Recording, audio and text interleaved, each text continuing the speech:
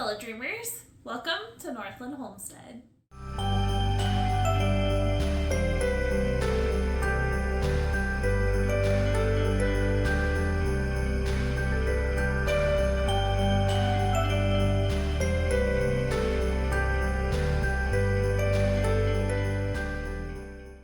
I live a very charming life.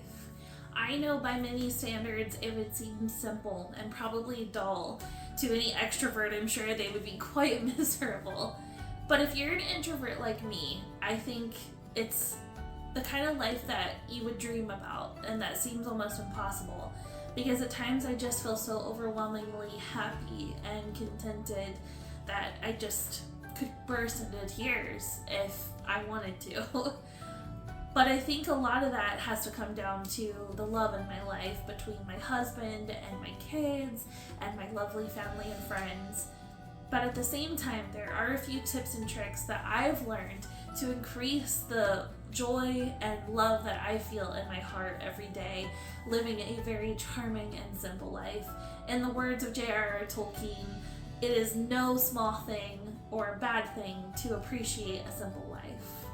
So let's get into my tips and tricks on how to live a very charming life. Starting with dressing how you think best expresses your inner self. For me, that is cottagecore all the way.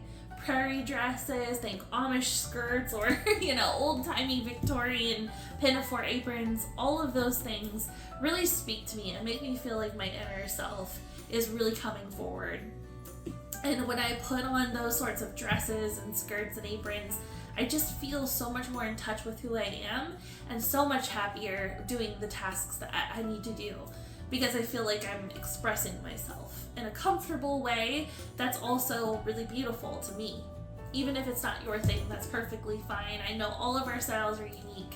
Even if for you that looks like just wearing leggings and a sweater you love, that's perfectly fine. Just wear what makes you feel most like you and at peace. Along those same lines, I think you should do your hair how you wish to do it. Who cares if it's not trendy or, age appropriate, whatever that really means. I like wearing my hair in pigtail braids. My husband is so kind to actually braid my hair for me because it's really hard for me to do a Dutch braid to myself up here. So he does that for me whenever I have my hair braided. And I like to add little bows at the end because I like those little feminine touches.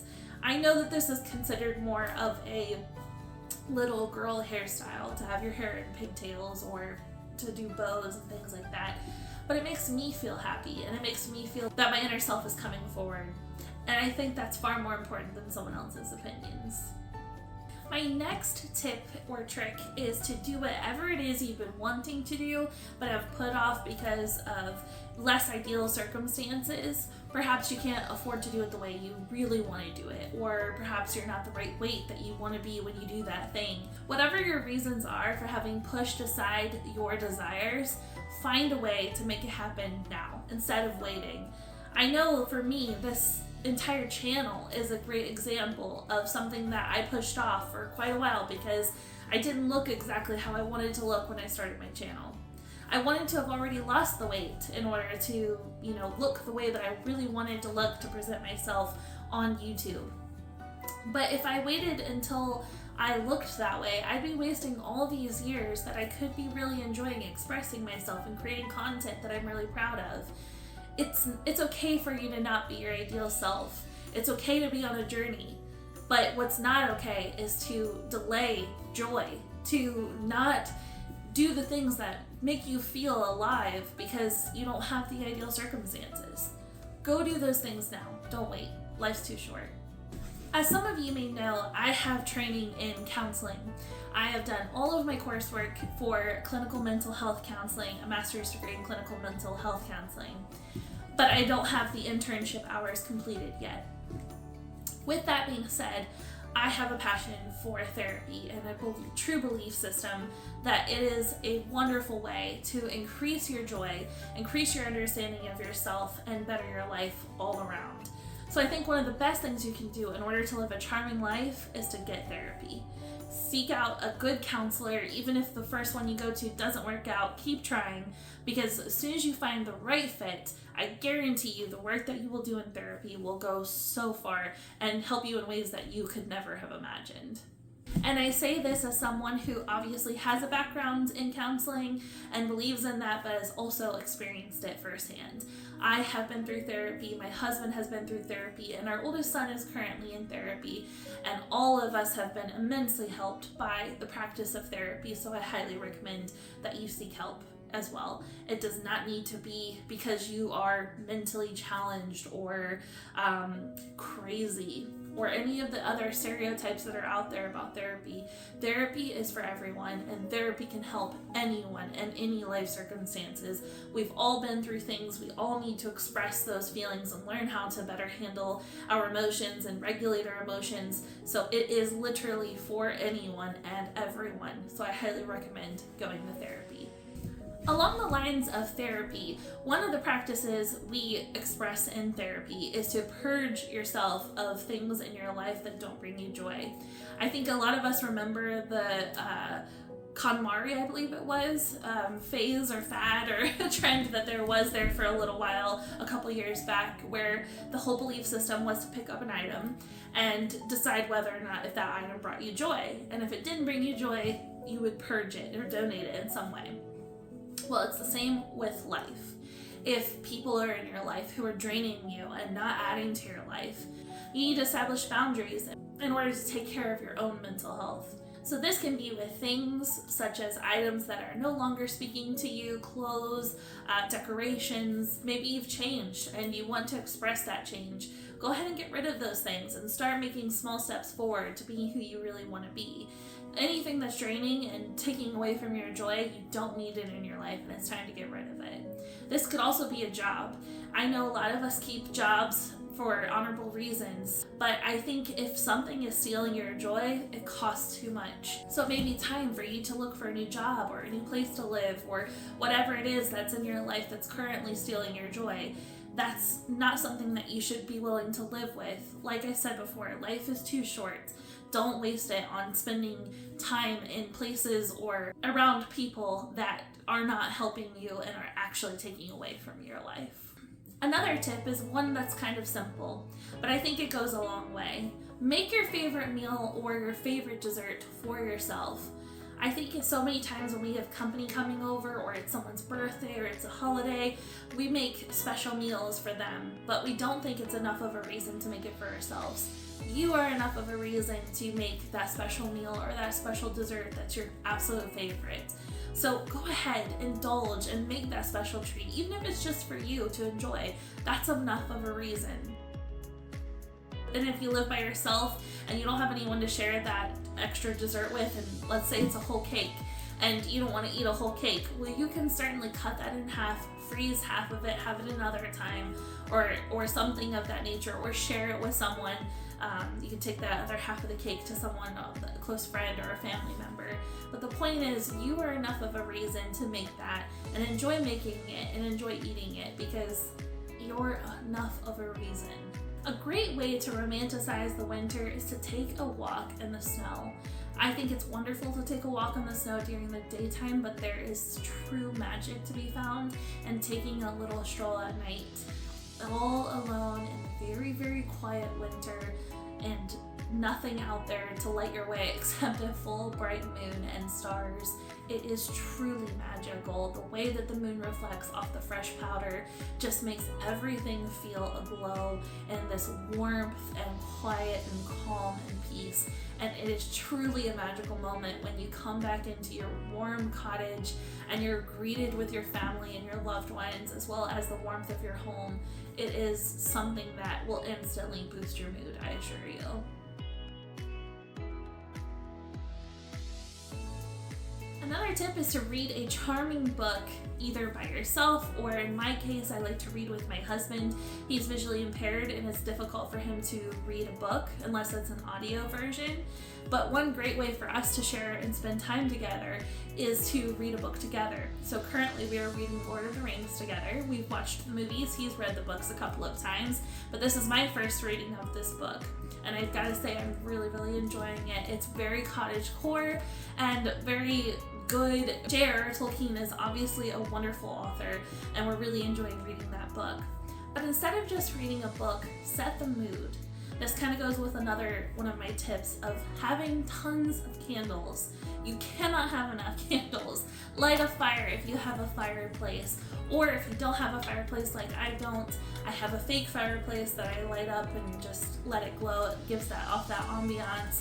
And I also like to turn on a video on my TV that has just an ambiance of either Christmas, if it's Christmas time, or fall themes, if it's fall time, or just a fireplace with fireplace sounds if it's not seasonal. But setting that mood makes all the difference in the world.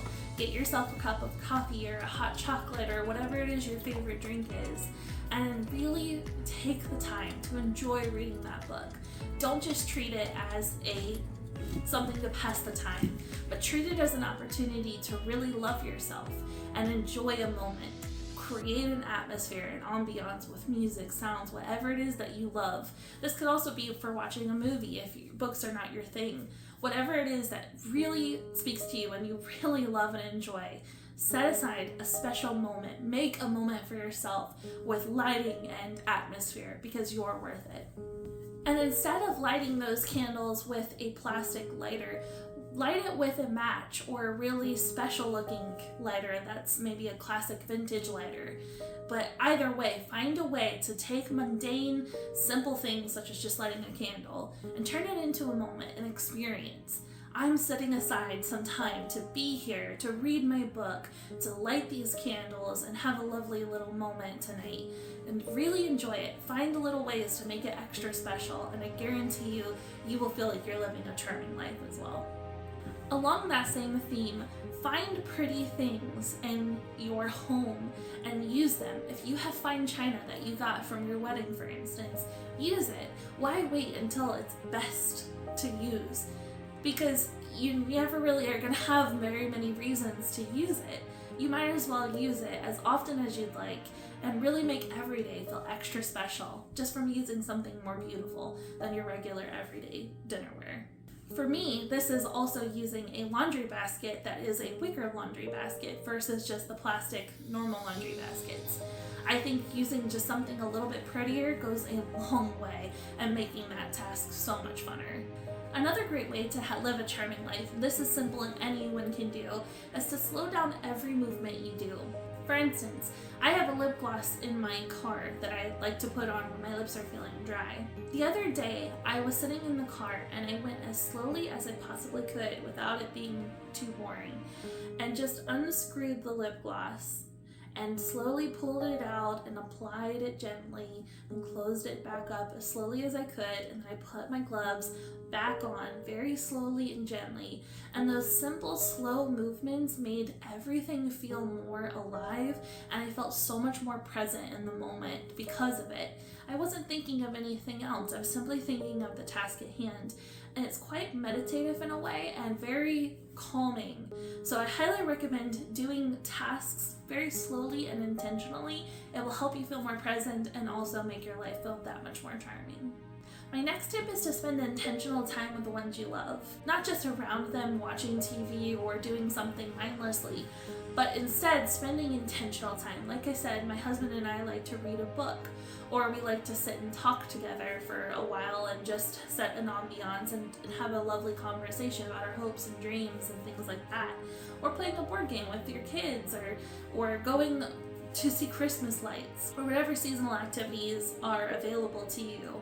But spending intentional time with people you love and trust goes a very long way. Another one of my tips is to make whatever it is that you've been wanting instead of just going out and purchasing it.